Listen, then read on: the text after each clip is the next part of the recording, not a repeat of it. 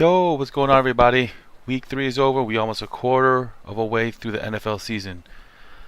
This is going by too fast. NFL had some weird games being played, some blowouts, and some wins by some awful teams. We had my Ravens completely leave their pants at home and just shit everywhere on Wembley Field in London. And in our league as well, we had a lot of blowouts, and we only actually had one game that needed Monday Night Football to be decided. We also have no more undefeated teams, but we still have one team who has not yet won a game. And as usual, this week's podcast will contain injury news, game reviews, and a few more trade reviews. We've had the busiest week of the season trade-wise, as a few teams made multiple moves to shore up some holes. And it has worked out better for some teams more than others. All right, let's move on and get to the injuries. We had a couple small injuries, a few big ones. Start off, Sammy Watkins finally had a big game. Is out right now with a concussion. Kelvin Benjamin has a knee problem, getting an MRI done on it, I think today or tomorrow. Randall Cobb was out still with his shoulder, should be coming back soon. Michael Crabtree, chest. Supposed not to be out that long. Julio Jones back, but he always gets hurt. He might be back always. Jordan Reed, speaking of always hurt, he was out this week with a chest injury. You never know when he's going to be in or out. Samaje Perine, supposedly this guy broke his hand after a helmet hit it, which caused him to fumble. And on that same play, he got hit in the face and bit his tongue and was bleeding from the mouth. And yeah, not a good day for that rookie. Derrick Henry had a thigh bruise, probably explains why he didn't play so well this week. And probably the worst injury had to be to Darren Sproles, who on the same play broke his arm and tore his ACL. So I don't even know how that happens. He is out indefinitely. That might be the last time we see Darren Sproles on the football field. And R.I.P. And also, before I get Doug Baldwin injured his groin, had a nice day. We'll talk about that right up next. But yeah, he's considered day to day, I guess. And speaking of Doug Baldwin, our first game review is Fried Spam and Eggs at Slight Work. Score of 79.8 to 120.3. Today, Manny whooped on Angel just a little bit. Angel traded for a running back only to keep him on the bench. Talk about that trade later. Given it probably wouldn't have mattered much, but he's got to stop playing West. At least he didn't play Adrian Peterson, because that dude should probably be dropped. He had got 21 points apiece from Breeze and aforementioned Baldwin, and it helped his team not to look like TJ's team. Sorry, TJ. And Manny bounces back from his loss last week with another high-scoring game off the backs of his wide receivers, Antonio Brown and Jordy Nelson, who both scored over 20. He also got 15 points each from Stafford, Fournette, Tate, and Gronk, and that helped survive the poop running down Ajayi's pants. Nice bounce back win for Manny. Angel, at least he has a win for the season, but he needs to fix that running back problem if he wants to have a future this season. And second game on the docket, we got Fail Mary at Pocket Dogs with a score of 71.6 to 110.6. And finally, losers we are all. Josh finally joined our ranks. His Baltimore defense and special teams put him in such a hole that his two wide receivers combined to barely bring him back to zero. He needs wide receiver help that bad. Nelson Aguilar and Jarvis Landry just won't cut it for the rest of the season. Luckily for him, though, Hunt had another big game, saved by a 69-yard touchdown in the fourth.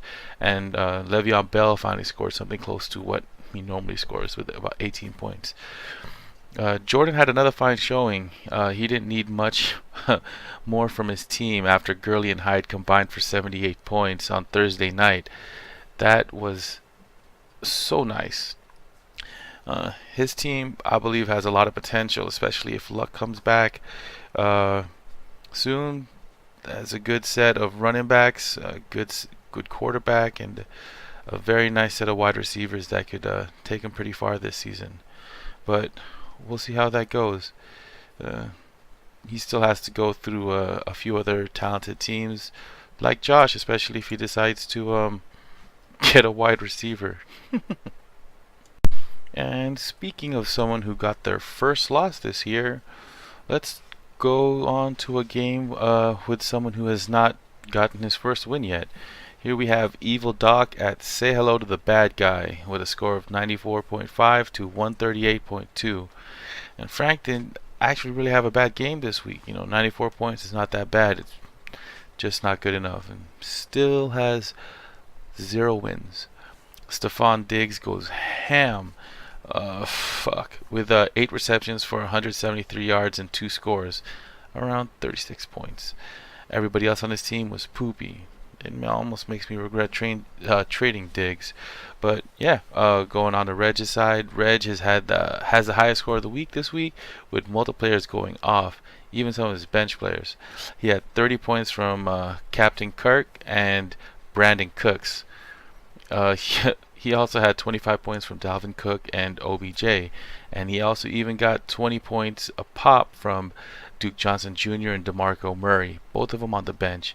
Even Devontae in his flex scored 17 points off that last second touchdown, even though they were down 20-0. I guess they really didn't want to go get shut out by the Dolphins. Reg really has a nice team. Able to start Marshawn Lynch, Dalvin Cook. He has Joe Mixon and DeMarco and Duke Johnson on the bench. Very stacked running back. His wide receivers could use a little bit of help, but a lot of big play potential coming from this squad. Frank, on the other hand, he can do better. Nah, I don't think he can. He should try. Yes, Frank, you should probably try, but I don't blame you, man. You're a Cowboys fan. Oh yeah, look, it was a matchup between Cowboys fans. I probably should have wrote that down in the notes. Maybe, brought that up earlier, but there you go. Cowboy on cowboy hate.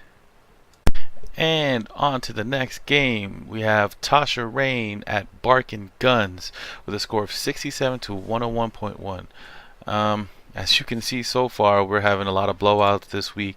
We have 40-point win, 40-point win, 40-point win, and about a 35-point win. It's not looking good for some teams. Some teams are putting up big numbers, others not so much.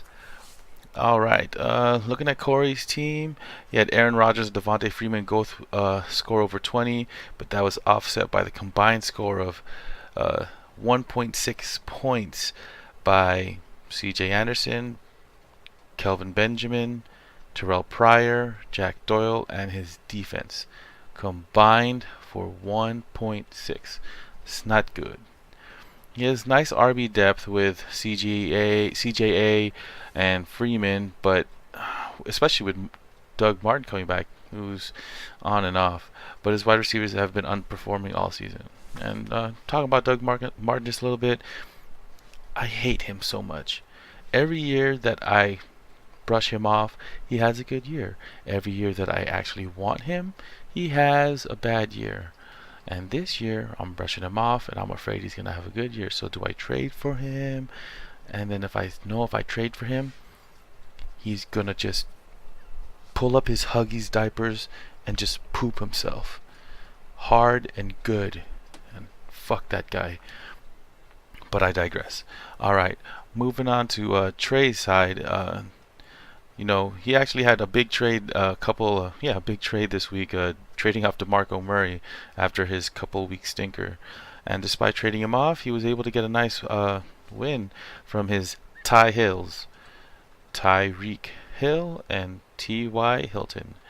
Both did pretty well this week, as 28 points from Hilton and 18 points from Hill helped him secure this win. And Mike Gillislee had his first game without a touchdown, and it showed because he only scored 3 points. And it's in a game that didn't need his clock killing abilities because the Texans were actually doing well. yeah, overall this game not so close, especially with Corey only scoring 67 points. Could be better. Both these teams have, I feel, weird lineups that they can probably move a couple people around. I'm seeing make a couple moves, make a couple improvements, and they'd be all right this year. But you know, that's neither here nor there. Let's go on to the next one. And in our second to last game, we have Team Darkness against Vitamin D with a score of 56.1 to 101.4. Mikhail did not score a lot of points this game. It was 100. It's not bad, but not the best. But he still had almost a 45-point victory. This is the second time in 3 weeks that TJ has scored in the 50-point range. Oh, TJ. Your bench actually scored the same exact amount of points that your starters scored. Jaquiz, Amari, Martellus, Martavis. Well, let's go back. Jaquiz Rogers, Amari Cooper, Martellus Bennett, and Martavis Bryant combined for under 10 points. That's no bueno. You cannot win like that. He does need running back help. See, that's the thing this year is a trend. You see some people with good running backs, some people with good wide receivers, but only a couple teams with both. And one of those teams, Mikhail. Mikhail actually had Russell Wilson go off with a career high 373 yards and 4 touchdowns. He finally combined with double digits from Melvin Gordon, Christian McCaffrey, Michael Thomas, and Amir Abdullah. It helped him get a comfortable win. And so he also had Sammy Waffles. He went off, but he was sitting on the bench. But it actually gives him a nice flex option to switch between him and Abdullah, especially when Sammy Watkins comes back. And looking at his roster right now, he's got a lot of Q's and O's next to those player names. It's not good for depth, but he could probably make a couple moves as well. See, I like to trade, guys. You guys know this. I send offers out all the time. But yeah, speaking of trades, TJ needs to make a trade. It's not looking good for him this year. I know he said as soon as he wins one, he's going to retire. It's not looking like it's going to happen. LaShawn McCoy hasn't been doing that well the past couple games. And Carson Wentz had his worst game of the season, even though it came in a win for his team against a good defense in the Giants. But it's just overall his team not doing so well this year. And in our last game review, we have Hard Knocks at Motorboat and Sons of Bitches with a score of 107 to 103. And like earlier I said, that one game was actually decided on Monday night. That was this game. Sunday night, Josh had 90.2, and all he had left was Ezekiel Elliott against the Arizona Cardinals and their number 10 ranked running defense. Elliott, they were doing a pretty decent job holding him down until the fourth quarter when Ezekiel Elliott scored a touchdown that actually bumped Josh over Fred and bumped the Cowboys over the Cardinals. It helped him survive the deuce left by Travis Kelce, which was 0.6 points. One catch for 1 yard. No buenos. Josh, had a lot of help from Tom Brady with his 378 yards and 5 touchdowns. He also had double-digit points from Tevin Coleman, Julio Jones, Adam Thielen, and LeGarrette Blount, who actually played this game. He is up and down this year with 14 carries and 46 yards with a receiving touchdown week 1, then 0 carries the second game, and then 12 carries this game. Actually a lot more efficient this one, so we'll see how he continues to work out. For Fred's team, surprisingly did pretty well. Jordan Howard returned to form, as did AJ Green and Frank Gore with his always RB12 stats. Howard went off with about 28 points, almost 29. did very well this week, despite his separated shoulder. Ugh. And despite all that, Fred still lost. Especially since Philip Rivers only scored 3 points against the Chiefs. I mean, Jesus, he did bad. But bright spot, Tariq Cohen is playing nice. He's like a true new version of Darren Sproles. R.I.P. once again. And that, everybody, game reviews for this week. Hope you enjoyed that. Now we're going to go to a few trade reviews before we end the podcast this week. And now for those trade reviews. Alright, first trade we're going to go over is Tracy trades DeMarco Murray to Reggie for Jonathan Stewart and Chris Carson. This was near highway robbery in my mind. DeMarco Murray is one of the best backs in the league, even though he has been underperforming until this week.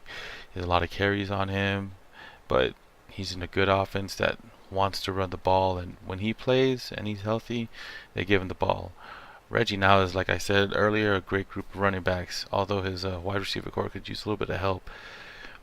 He can't complain, though, as his big play players all responded and led him to the high score of the week this week.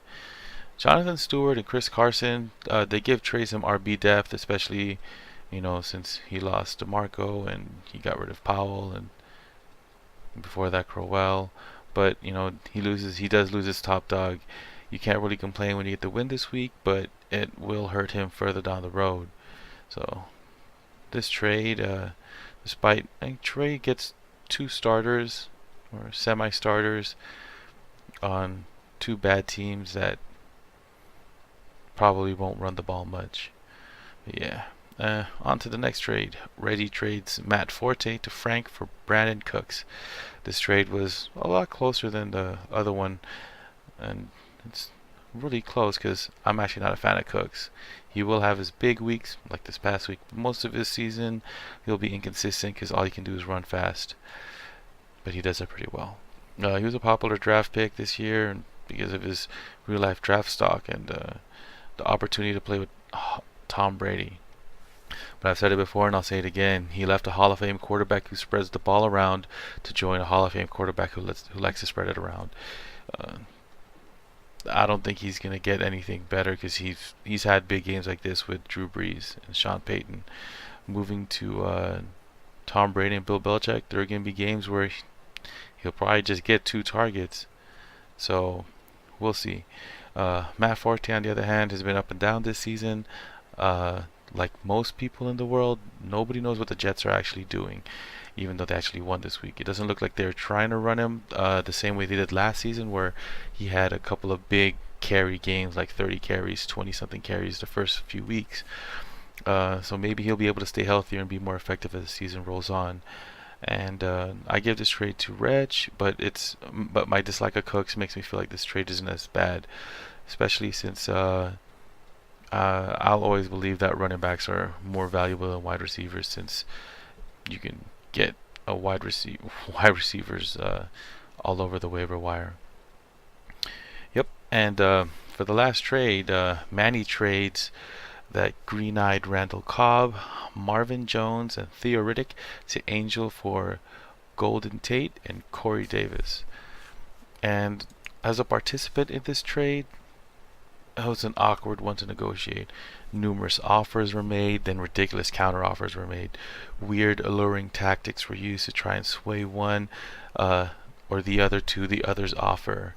Just do it was said with a sexual undertone. I'm sorry, I've gone off track. Angel was in desperate need of RB help, and still kind of is, if you ask me, and had the choice between Riddick and Buck Allen, but took the proven commodity over the current hotness. And it was a smart move, as Allen didn't do well this week, and that's probably because the Ravens don't know what they're doing. I'm so sad to be a Ravens fan right now.